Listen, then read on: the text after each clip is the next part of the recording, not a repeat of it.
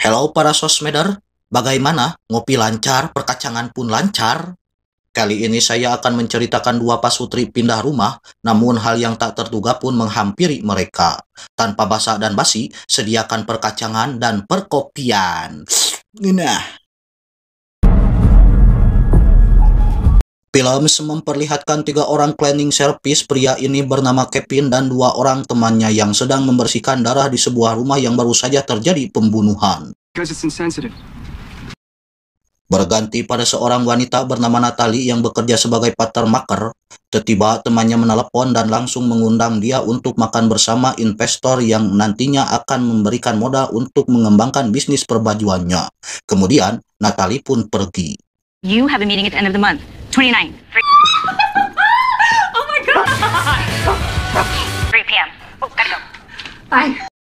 Setelah itu Natalie yang sedang jalan digoda oleh Kevin yang ternyata Kevin adalah suami Natalie. Lalu Kevin mengantarkannya. Hai. Hi.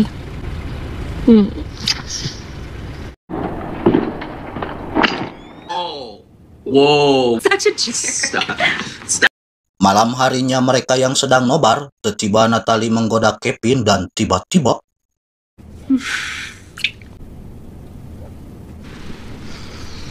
iya, seketika Kevin melepaskan cumbuannya sebab dia masih teringat oleh perilaku buruk Natalie yang sudah serong dengan pria lain. Dasar, geus boga tunjek oge, hayo we serong we serong. Pagi harinya mereka menemui psikolog yang bernama Levin untuk meminta pencerahan hidup rumah tangga mereka. Lalu Levin menyuruh mereka untuk membuka lembaran baru. Together to create a second one. Berganti pada Natalie yang sedang ngobrol bersama adiknya bernama Dani. Ini dia wajahnya, yang dimana Dani menyuruh Natalie untuk meninggalkan Kevin yang sudah lama mengacuhkannya. Namun Natalie yang masih nyaah tidak akan meninggalkannya. Kemudian Kevin datang dan Dani pun langsung pergi. No, not at all. Okay. See ya. I gotta work stuff. Setelah itu Kevin membicarakan lembaran baru untuk memulai kembali cinta dan kehidupannya bersama Natalie di rumah yang berbeda sebab Kevin berniat untuk pindah rumah. Akan tetapi Natalie yang sudah nyaman dengan rumah tersebut dia menolaknya sehingga Kevin sedikit marah sambil menyindirnya jika dia tidak mau tidur bersama Natalie di kasur yang sudah Natalie nodai bersama pria lain. Mengerikan. You cannot keep punishing me. Yes, and I hate myself for that. I'm just sleep on the couch, okay? Malam pun tiba, Natalie minta maaf dan akan mengikuti kemauan Kevin untuk pindah rumah dengan satu syarat. Kevin harus membuat ruangan khusus untuk Natalie bekerja.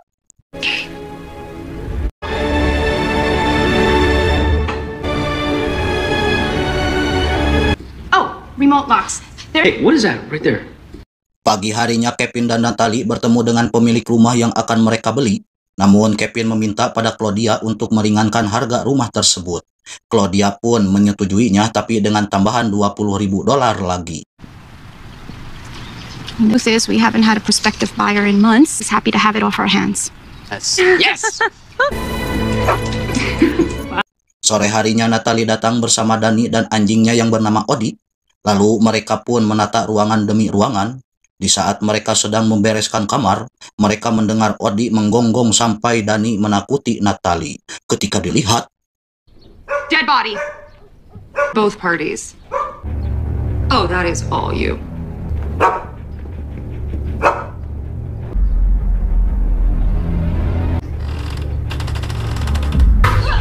Oh my god, I'm so sorry, baby. Are you okay? malam harinya Kevin dan Natalie yang sedang tidur diganggu oleh Odi yang ingin buang air besar padahal mah atuh kari modal sorangan. Lalu Natalie menyuruh Kevin mengantar Odi ke kamar mandi bawah.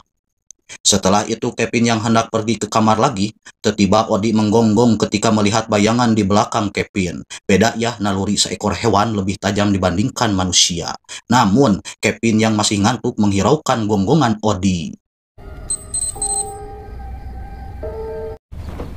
No, I'm not mad about it. I just didn't.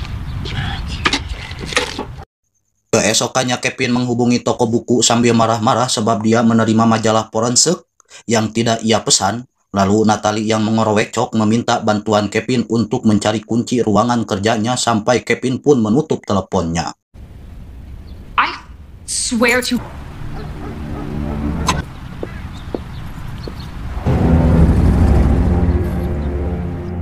So look around, find a partner, someone that wants you to modernize the structure. Email me, don't call, I won't answer. Procrastinate, check in with each other.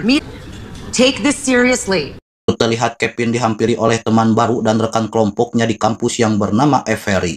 Lalu dia memberikan nomornya pada Kevin. All right, Kevin.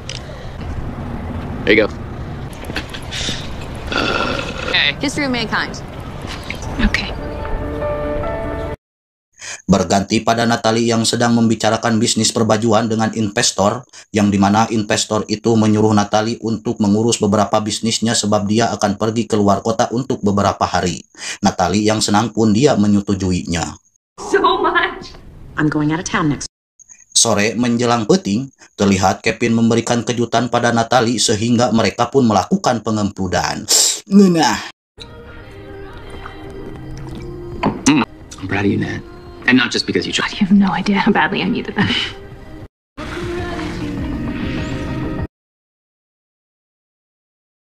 Seusai pengempludan, malam yang semakin malam, Natalie keluar kamar dan melihat alat penghangat ruangannya berubah sendiri. Lalu Natalie mengambil minum dan mendengar suara musik menyala. Dia pun heran sebab tidak ada seorang pun melainkan dia dan Kevin yang ada di rumah itu. Ketika akan memeriksa ruangan baju,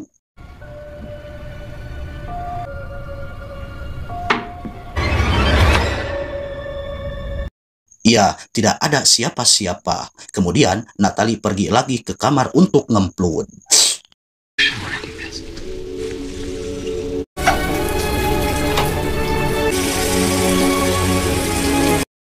Esok-esok, seusai Natalie mandi basah, dia melihat tulisan romantis di kaca, lalu dia menghampiri Kevin sambil berterima kasih atas kata-kata romantis di kaca kamar mandi.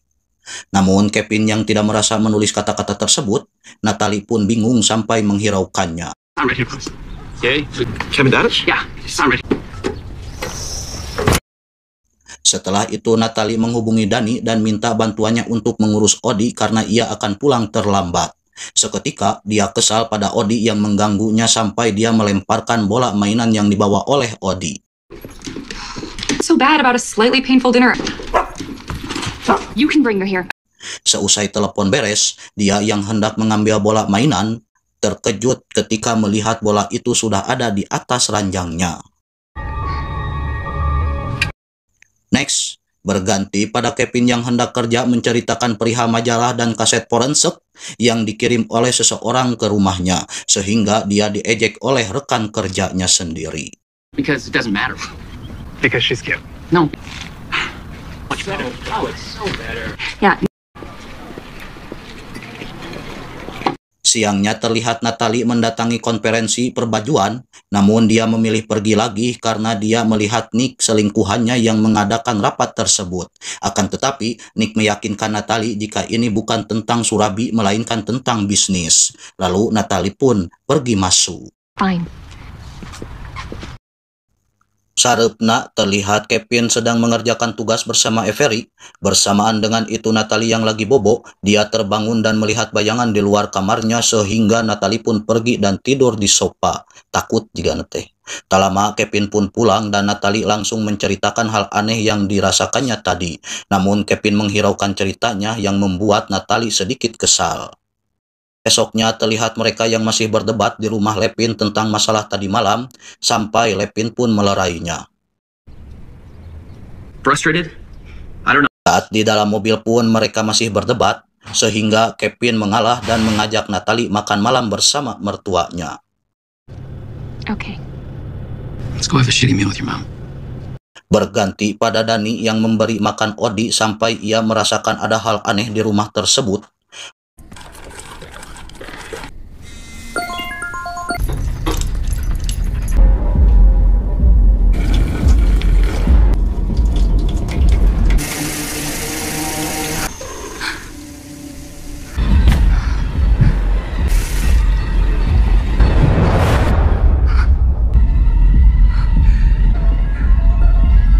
Lalu Dani yang merasa takut masuk ke dalam ruangan baju. Menurut saya mah jangan masuk sayang, nanti direweg dan tiba-tiba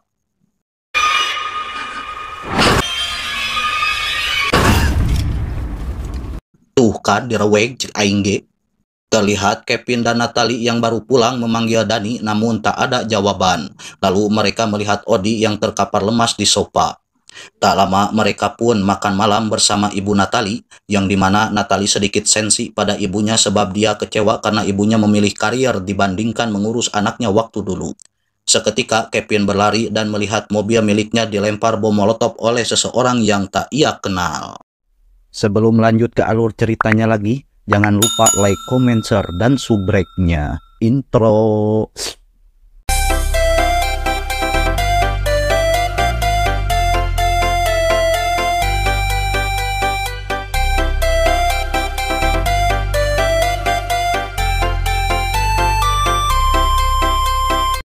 Keesokannya, mereka yang hendak melaporkan masalah tadi malam pada Inspektur Richard terkejut ketika Inspektur Richard memberikan data orang-orang DPO yang dicari oleh kepolisian, dan beberapa hari lalu mereka memposting gambar zat oleadrin di Facebook, yang dimana zat itu sangat beracun jika diminum oleh makhluk hidup.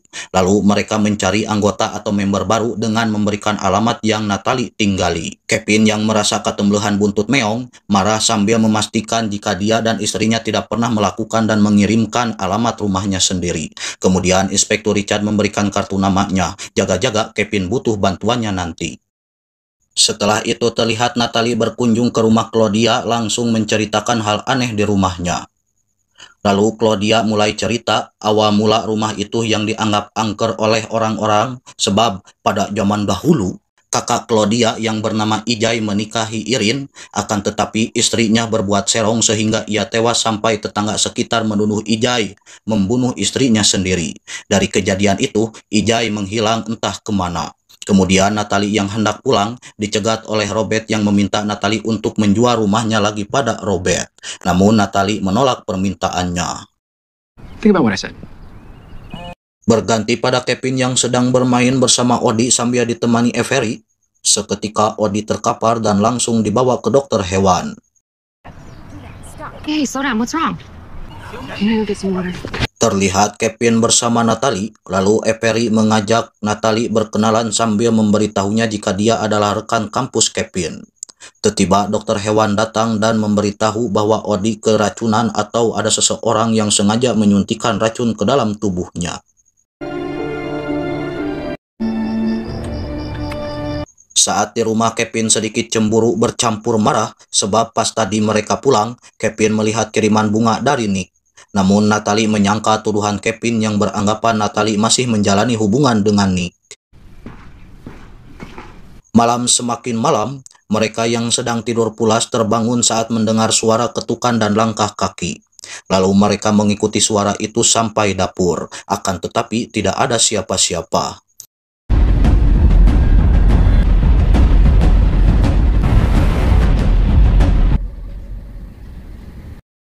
Kemudian mereka memanggil Richard, dan Richard bercerita jika rumah ini aman-aman saja. Setelah Richard pergi, Natalie meminta Kevin untuk memasang CCTV. Only one who heard whatever was in our house. We can afford this right now. Things running smoothly, but if you start experiencing Is that? right now, yeah. So once you're logged in, you'll be able to consistent problem. We might have to replace the. Setelah pemasangan CCTV, terlihat Natalie menerima pesan dari Dani yang minta maaf pada Natalie karena Dani pergi dari rumah Natalie tidak memberitahunya dulu. I asked for Malamnya, Natalie yang sedang mendesain baju ditelepon oleh Nick dan meminta Natalie tidak membatalkan bisnis bersamanya. Namun Natalie kekeh tidak mau sebab kecewa dengan kiriman bunga dari Nick. Nick pun kaget karena dia tidak pernah mengirimkan apapun ke alamat rumah Natalie. Lah terus, siapa atuh? Kemudian Natalie memfoto kode QR yang sudah dibuang sampai dia kaget melihat foto mengerikan. Lalu ia mendengar musik menyala di ruangan tamu dan menghampirinya. Seketika dia kaget saat melihat sosok orang ada di dalam rumahnya sampai ia menghubungi polisi. Bersamaan dengan itu, Kevin pulang sambil memanggil Natalie. Tiba-tiba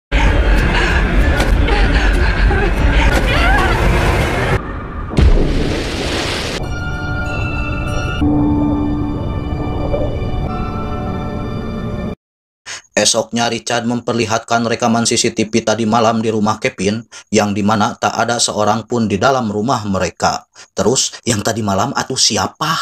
Nying. Setelah itu terlihat mereka yang ada di tempat Lepin berdebat perihal tadi malam. Lepin yang sudah melihat fakta dari CCTV menyuruh Natalie menenangkan pikiran dan memperbanyak pengempludan. Saat mereka hendak pulang, tiba-tiba Kevin pingsan. Oh yeah, that's great. Please do because you're a fucking coward. Saat di rumah sakit, Natalie diberitahu oleh dokter jika di dalam tubuh Kevin mengendap sebuah racun oleadrin dan penyebab masuknya racun tersebut bisa dari makanan atau disuntikan oleh seseorang. And the reason I ask is because we found it's a lethal poisoning agent.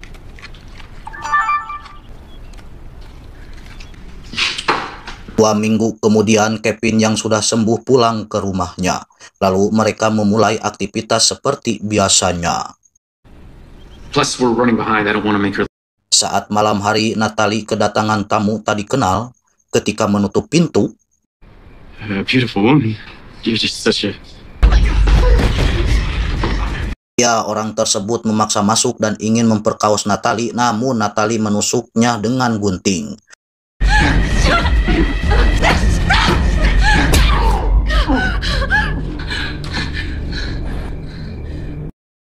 Setelah itu, Inspektur Richard memberikan info penyelidikan perihal orang yang selalu mengintip rumah Natalie dari kejauhan. Namun, itu juga sebelum Natalie diserang oleh Sorrentino, orang yang hendak memperkaosnya, yang dimana penyidik menemukan wajah si pengintip dari sosmed, sehingga para penyidik menangkap dan akhirnya dia buka suara bahwa dalang dibalik pengiriman bunga, kaset, dan majalah forensik ialah Robert, suami Claudia yang ingin menakut-nakuti orang yang sudah membeli rumah kakak iparnya agar mereka tidak betah. Tak perlu lama, polisi pun menangkap Robert. On questioning him, we now have reason to believe that your house knowingly left to him by his brother. Well, there is. Upon Robert had accumulated a significant amount of. Pagi harinya, Kevin yang ada di kampus melihat pesan Natalie yang menyuruhnya untuk tidak mencemaskan dirinya. Setelah itu, Kevin belajar di rumah Avery. They changed their minds. Jesus Christ, Natalie. Malam pun tiba. Seusai Natalie mandi basah, dia melihat rekaman kamera tadi pagi dan alangkah terkejutnya dia saat melihat seseorang keluar dari bawah kasur. Dan tiba-tiba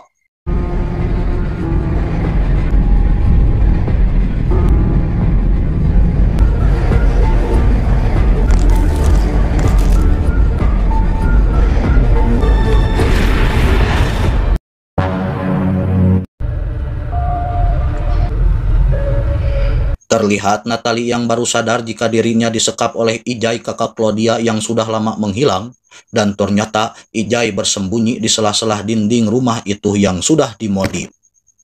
Jadi bisa kita simpulkan pesan yang dikirimkan oleh Dani pada Natalie waktu itu ialah Ijay. Lalu Ijay yang sudah engas mencipok dan hendak memperkaos Natalie, namun ia pergi saat mendengar suara Kevin. Ketika Kevin di kamar,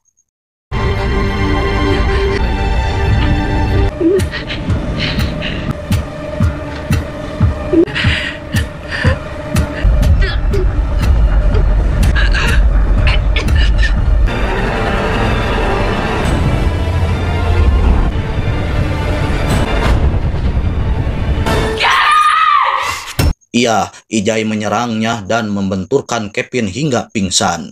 Di sisi lain, Natalie yang hendak kabur digagalkan oleh Ijay. Tiba-tiba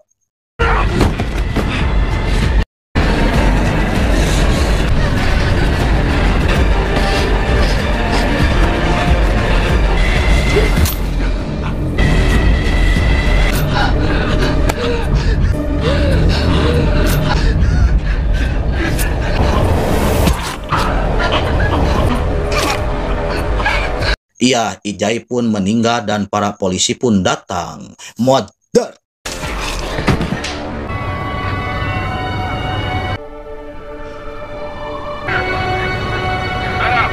Keesokannya, terlihat Natalie beres-beres untuk pindah rumah lagi.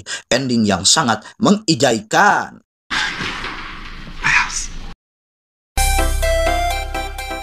Terima kasih para sosmedari yang sudah menyaksikan alur cerita misteri. Semoga kalian para sosmedari yang ada di seluruh penjuru sosmed senang dengan narasi dan dubbingan dari kami. Sekian dari saya dan saksikan alur cerita selanjutnya. Nah.